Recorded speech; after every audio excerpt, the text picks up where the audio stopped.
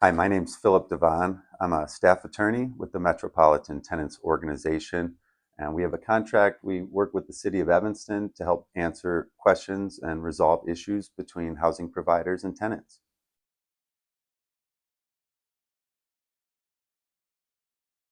There are several disclosures which we're going to talk about that must be included in a lease under the RLTO. But the first and most important things that always must be in a lease in Evanston are the full names and birth dates of all occupants.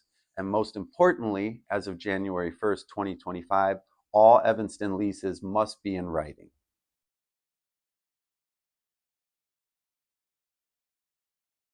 There are clauses in Evanston that cannot be included in a lease agreement.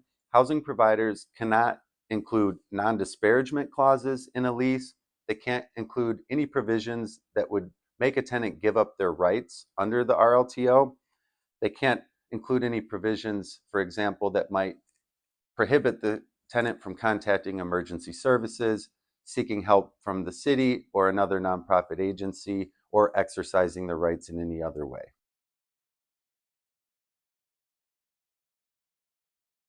If a housing provider in Evanston does not provide a written lease to a tenant, but does accept rent, that agreement is considered valid with the agreed upon terms up to a maximum of 1 year.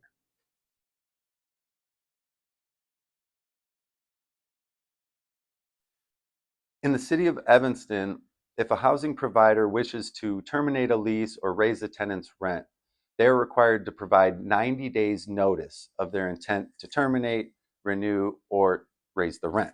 If a landlord fails to give the proper 90 days notice, but gives shorter notice, for example, the tenant can stay for 90 days or continue paying the same rental rate for 90 days after they receive the insufficient notice.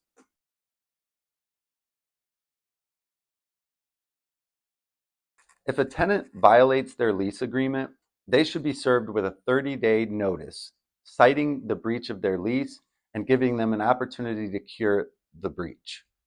Tenants in Evanston have 30 days to cure any lease violation once they've been served a written notice. Similar to evictions for non-payment of rent, if the lease violation is not cured within 30 days, the landlord does have the right to initiate an eviction action in Cook County Circuit Court.